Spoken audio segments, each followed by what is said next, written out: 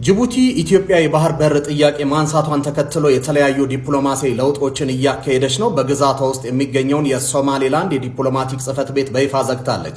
ከግብጽ ጋር ኢትዮጵያ የምትጠቀምበትን ዶራይሌ ወደብን ያካተተ ስምምነትን ጨምሮ ውል አስራለች። ጥያቄው የጅቡቲ እርምጃ ታክቲካል ወይስ ስትራቴጂክ የሚለው ነው። እንመልከተው። አንደኛ፣ የጅቡቲ ውሳኔ ኢትዮጵያን ወደብ አግኝታ ገበያዋ እንዳያሽቆለቁል በመስጋት አማራጭ እንዳትመለከት ኢትዮጵያን ስጋት ውስጥ የመክተት እንቅስቃሴ ነው።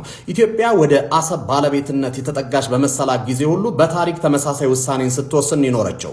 ሶማሌላንድ በኤሚሬትሱ ዲፒ ወርልድ አማካኝነት የበርበራ ወደብን እያሰፋች መሆኑ ለጅቡቲው ዶራይሌ ወደብ ትልቅ ተቀናቃኝ ሆኖባታል። ዲፒ ከጅቡቲ ከተባረረ በኋላ ሶማሌላንድ ላይ ከትሟል። እዚህ ላይ የእስራኤልን እውቅና አክሉበት። እናም ጅቡቲ ግብፅን ተጣርታለች። ይህ ግንኙነት ከስትራቴጂክ አጋርነት ይልቅ ታክቲካል ነው። የፈለገ ውል ከግብፅ ብትስማማ ጅቡቲ ያለ ኢትዮጵያ ህልውና የላትም። ኢትዮጵያ ለጅቡቲ በአመት $2 ቢሊዮን ድረስ ትከፍላለች።